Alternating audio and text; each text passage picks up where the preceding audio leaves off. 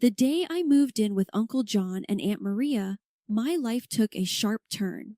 Their house was nothing like the warm, loving home I'd lost. It was colder, stricter, a place where laughter seemed to echo with a hint of bitterness. Ellie, their daughter, met me with a stare that could freeze boiling water. Great, now we've got a charity case living with us, Ellie muttered under her breath as I lugged my suitcase into what would be my new room. Ed Maria shot her a look. Ellie, that's enough. She's family and we're doing the right thing. Uncle John, a man of few words, simply nodded. You'll follow our rules here, Ruth. We expect you to contribute like everyone else, Maria added. I nodded too, overwhelmed to speak. I was just 11, trying to find my footing in a world that had suddenly turned upside down after my parents died in a car accident. The first few days were a blur of new rules and chores. Ellie made sure to remind me of my place at every turn. Why are you even here? You're not really one of us, she sneered one day as we washed dishes. Just a little orphan girl living off our charity, she added, her words cutting deep. The nights were the hardest. I'd lie in bed listening to the silence of the house, missing my parents more than ever. Tears were my only solace, but I never let Ellie or her parents hear me cry. I made a silent vow to myself. I would endure no matter what. Helping with the housework became my escape, and Maria was particular about how things were done. You call this clean? She'd often scold, pointing at a spot I'd missed on the floor. Sorry, Aunt Maria. I'll do it again, I'd say, grabbing the mop and going over the spot until she was satisfied. Uncle John was a stern man, his words sparing but sharp. We're not running a hotel here, Ruth. Pull your weight, he'd remind me, even though I was already doing more chores than Ellie. Ellie, for her part, never missed a chance to make my life harder. She'd hide my sewing supplies, knowing how much I loved to sew, then feign innocence when I couldn't find them. Looking for these? She'd taunt, holding my scissors just out of reach. The nights were the hardest. I'd lie in bed listening to the silence of the house, missing my parents more than ever. Tears were my only solace, but I never let Ellie or her parents hear me cry. I made a silent vow to myself. I would endure no matter what. Helping with the housework became my escape, and Maria was particular about how things were done. You call this clean? She'd often scold, pointing at a spot I'd missed on the floor. Sorry, Aunt Maria, I'll do it again, I'd say, grabbing the mop and going over the spot until she was satisfied. Uncle John was a stern man, his words sparing but sharp. We're not running a hotel here, Ruth. Pull your weight, he'd remind me, even though I was already doing more chores than Ellie. Ellie, for her part, never missed a chance to make my life harder. She'd hide my sewing supplies, knowing how much I loved to sew, then feign innocence when I couldn't find them. Looking for these, she'd taunt, holding my scissors just out of reach. Maybe if you're nice to me, I'll give them back, she'd say with a smirk. But I never retaliated. I kept to myself, burying my hurt and focusing on my sewing.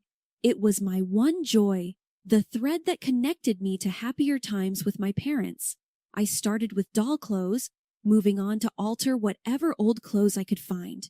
It wasn't much, but it was mine. Life with Uncle John and Aunt Maria was a mixed bag. They provided a roof over my head, sure, but it was Ellie who made sure I never forgot I was different.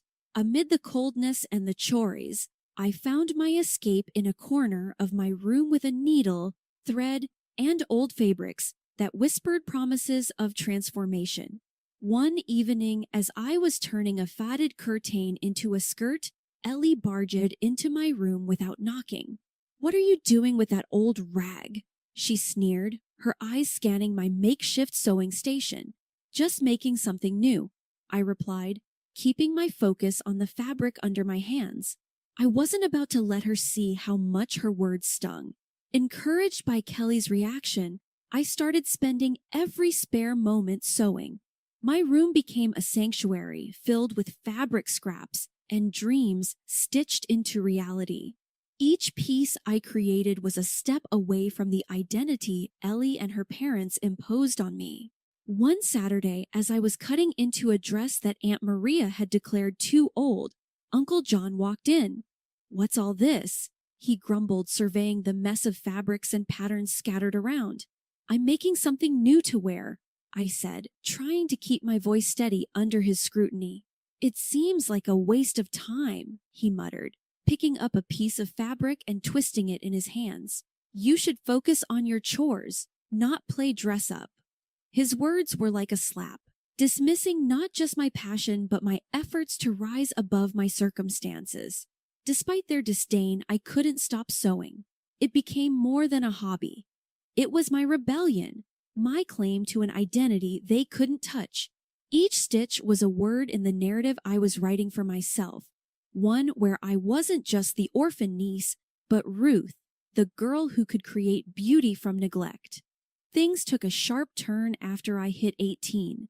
Ellie got herself a shiny new car for her birthday, a sleek thing that made my heart sink every time it roared to life. Meanwhile, Uncle John and Aunt Maria suddenly upgraded their lives with fancy gadgets and furniture that seemed out of place in our modest home. It was clear they were living it up, while I was left figuring out how to stretch every penny. One day, as I was mulling over the idea of getting a job post-high school, Maria dropped a bombshell. "Your parents left you some money for college," she said nonchalantly. I was stunned. "Really? I had no idea." "Yeah, but there's a catch," Uncle John chimed in, his tone sharp. "You're staying local for college. It's safer, and we can keep an eye on you." My dream of leaving for a big city to study fashion design crumbled, but I knew arguing would be futile. I started, but Maria cut me off. "We've decided. You can thank us later." I swallowed my protests.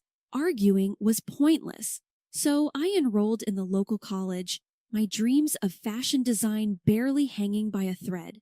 Needing to support myself and save for the future, I landed a job as an assistant secretary at a law office nearby. It wasn't glamorous, but it paid the bills. "Look at you, all grown up and working," Ellie sneered one evening as I was sketching designs. "Still playing dress up, I see."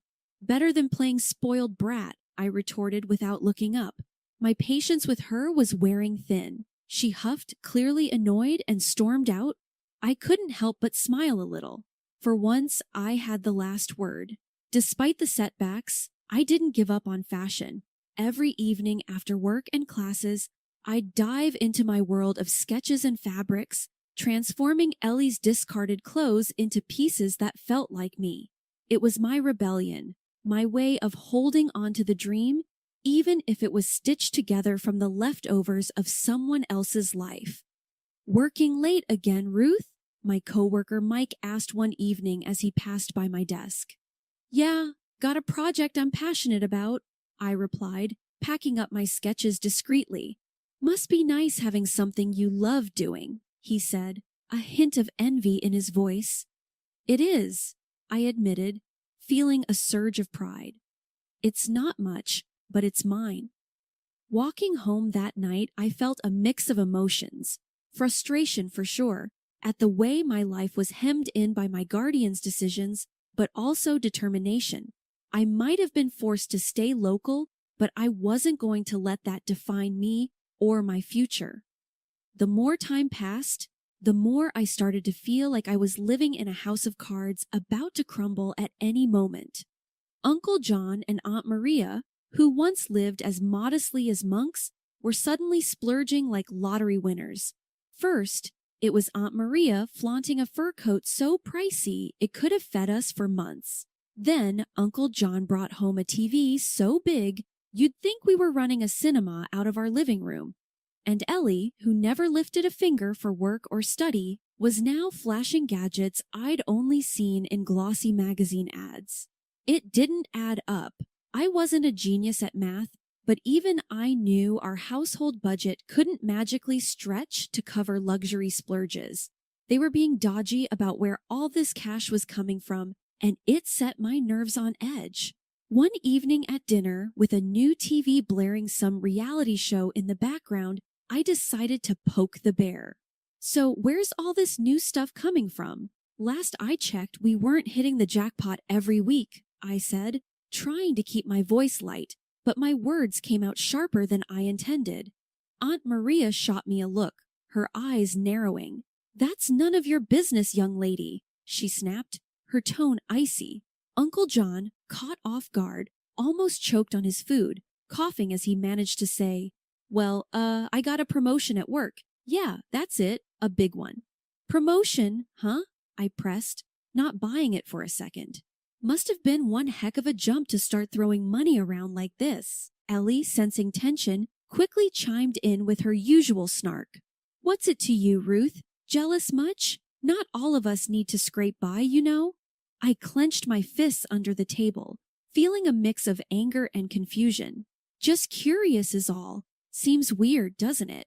Suddenly living like kings out of nowhere? The room went silent, the only sound coming from the TV's chatter. Uncle John and Aunt Maria exchanged glances, a silent conversation passing between them. Finally, Uncle John cleared his throat. Let's just say we've been careful with our savings, all right? No need to worry your little head about it. Careful with savings, right? I thought to myself. I knew something was off.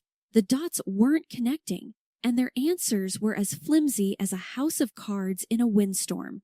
That night, as I lay in bed, the pieces of the puzzle nagged at me.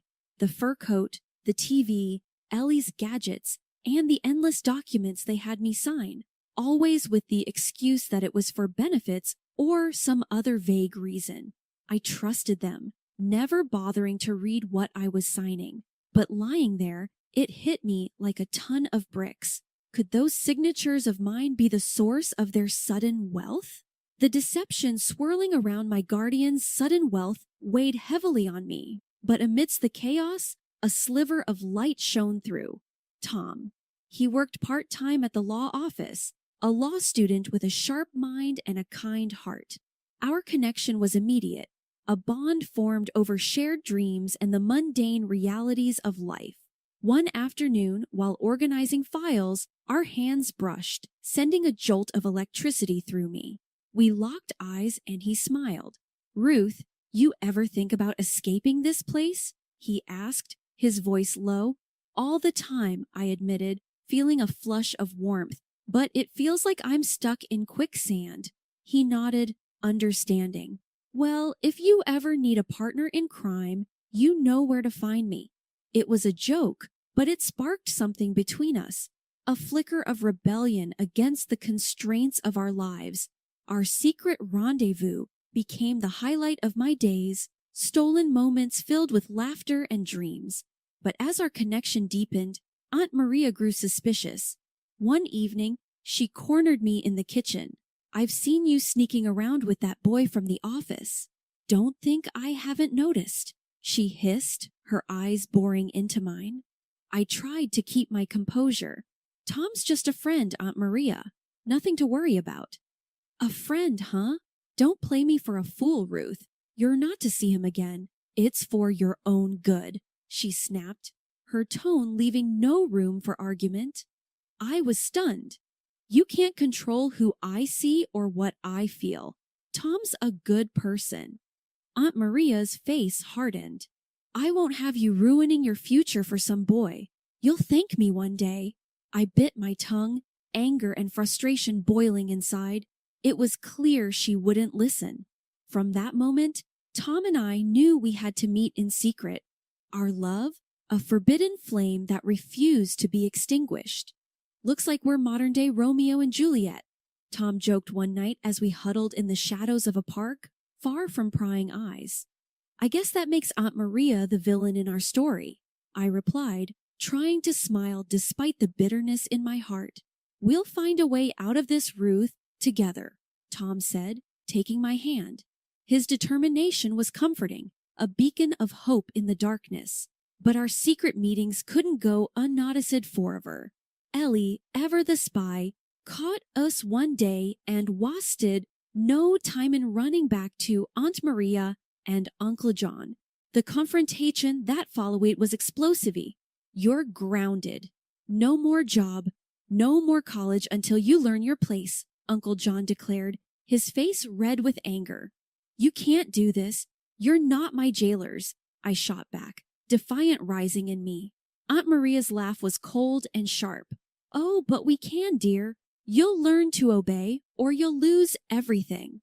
The threat was real, and the stakes were higher than ever. In the dead of night, Tom and I made plans to fight back, to reclaim my inheritance and our freedom. It's us against the world, Ruth. We'll expose their lies and build our own future, Tom whispered, his words a vow I clung to. It was a chilly Thursday evening, the kind where the wind seemed to whisper secrets as it passed. Tom and I were huddled in the dim light of his tiny apartment, the only place we felt safe from Aunt Maria and Uncle John's prying eyes. The documents I had secretly photographed lay spread out on the coffee table between us, a silent testament to the betrayal I was about to uncover. Are you sure you're ready for this, Ruth? Tom asked, his voice laced with concern. I nodded, my heart hammering in my chest. I need to know, no matter how bad it is. We started with the will of my parents, a document I had never seen before. As Tom read it aloud, the reality of their love for me, their hopes for my future, hit me hard. They had left me not just their savings, but also investments and properties, a legacy meant to secure my life. And there, in clear legal language, was the clause about my inheritance coming into full effect at 18, I murmured. So, they've been lying to you, Ruth, all this time, Tom said, his voice tight with anger. But why? How could they just use me like this? The betrayal stung, a bitter pill to swallow. We dug deeper, examining the documents I had signed. Tom's legal knowledge helped unravel the complex web of deceit. Look here, he pointed out. By signing this, you basically allowed them access to your funds. They've been funneling your inheritance into their accounts. The realization hit me like a freight train. My trust, my loyalty had been manipulated to fund their lavish lifestyle. I can't believe this. They told me it was all for benefits, for my college fund, I said, feeling naive and foolish. It's classic fraud, Ruth, and it's illegal. You have rights, Tom reassured me, his hand finding mine. The next steps were daunting. We discussed lawyers, legal battles, and the possibility of going public. The thought of facing Aunt Maria and Uncle John, exposing them for the frauds they were, made my stomach churn. We'll need evidence, solid proof that can't be dismissed, Tom said, already plotting our course of action. I was scared, more scared than I'd ever been, but the fire of justice burned within me. Let's do it. Let's expose them. I can't let them get away with this, I said, the determination in my voice surprising even me. I was no longer the timid girl who had arrived at their doorstep seeking refuge. I was a woman wronged, ready to claim what was rightfully mine. The plan was set. We would gather more evidence, consult with a lawyer Tom knew, and build a case that would stand up in court. It was going to be a long, hard fight, but I was ready. Ready to face the guardians who had become my oppressors. Ready to reclaim my life and my future. The days leading up to the court date were a blur. Tom and I spent every moment poring over documents, meeting with our lawyer, Mr. Henderson, and preparing our case. The evidence was solid, but the thought of facing Aunt Maria and Uncle John in court made my stomach twist in knots. Remember, it's about the truth, Mr. Henderson reminded me as we sat in his cluttered office, papers strewn about. Stick to the facts and we'll get through this. The day of reckoning arrived faster than I had hoped. The courtroom was cold, sterile, and filled with the murmur of onlookers. Uncle John and Aunt Maria sat across from us, their faces stoic, betraying no sign of guilt. Miss Thompson, can you confirm that you were unaware of the contents of the documents you were signing at the request of the defendants? The judge asked, his gaze fixed on me. Yes, Your Honor. I trusted them. I thought they were looking out for me, I replied, my voice steady despite the turmoil inside. Aunt Maria's lawyer was slick, trying to paint me as an ungrateful niece, biting the hand that fed her. Isn't it true that the defendants provided you with a home and care after your parents' tragic demise? He asked, his tone dripping with insinuation. They did, but that doesn't give them the right to steal my inheritance, I shot back, refusing to be intimidated. The turning point came when Tom took the stand, presenting the financial records we had uncovered. These documents clearly show the transfer of funds from Miss Thompson's accounts to the defendants immediately following her signature on the documents they presented to her, he explained, his confidence undercutting the defense's arguments. Aunt Maria and Uncle John squirmed in their seats, their facultative finale cracking under the weight of evidence against them. After what felt like an eternity, the judge delivered his verdict. The evidence presented clearly demonstrates a breach of trust and fraudulent activity by the defendants. I hereby order the immediate restitution of all misappropriated funds to Miss Thompson, along with appropriate penalties for the defendants. The courtroom erupted in murmurs, but all I could hear was the pounding of my heart. Justice had been served. Outside, the sun seemed brighter, the air fresher. You did it, Ruth. You stood up for yourself, Tom said, wrapping me in a hug. I couldn't have done it without you, I whispered, feeling a weight lift off my shoulders. With my inheritance rightfully returned, I set my sights on the future. I started studying to be a designer, fulfilling my long-held dream. It was difficult but interesting, and I was fair to myself. Years flew by, turning pages filled with trials into chapters of triumph. My atelier, once just a dream woven from threads of hope and defiance, now stood as a testament to my journey. I had built a name for myself in the city, not just as a fashion designer, but as a symbol of resilience. One afternoon, as the autumn sun cast long shadows across my studio, Ellie barged in, her presence as unwelcome as a storm cloud. Ruth, you've got to help me, she started without a greeting, her voice a mix of demand and despair. I'm in deep, really deep. I need money. I paused, the shock of her audacity giving way to a cold sense of inevitability. Ellie, I can't just hand you money, but I can offer you a job. Work for it, earn it, I offered. Her reaction was immediate and volcanic. A job? Are you kidding me? I don't need a job, Ruth. I need cash, and I need it now. She spat, her eyes blazing with anger. I stood my ground, feeling the weight of our shared past heavy between us. I won't fuel your mistakes, Ellie. A job is all I'm offering. Take it or leave it, I said firmly. Her fury boiled over. You think you're better than me now, huh? Just because you play dress-up for a living? She sneered, her words laced with venom. No, Ellie. I worked hard for everything I have. I'm offering you a chance to do the same, I replied, my voice steady. Ellie's laugh was bitter, devoid of humor. I don't need your charity or your lectures. You'll regret this, Ruth, she said as she stormed out. I felt a wave of sadness for what we both had lost, but also a deep, unshakable conviction in my choices. I had learned the hard way that no one could save you if you weren't willing to save yourself. Weeks later, news trickled down to me that Aunt Maria and Uncle John's house had been sold off to cover debts. Ellie had vanished, chasing after windfalls that would never come. The cycle of choices and consequences had come full circle. Sitting in my studio, surrounded by the vibrant chaos of creativity, I reflected on the journey. From the ashes of a broken past, I had carved out a space where dreams took shape, where resilience was the fabric of success. Tom, now my husband and partner in every sense, placed a supportive hand on my shoulder. You okay? He asked. I smiled, leaning into his strength. Yeah, I am. It's just life's funny, isn't it? How it all turns out. He squeezed my shoulder gently. It's not just life, Ruth. It's you. You made this happen. You turned the odds into your masterpiece. As the sun dipped below the horizon, casting a golden glow over the city, I realized he was right. This wasn't just a new chapter. It was a whole new book, one where the pages were filled with the colors of hard-won joy and the quiet strength of redemption.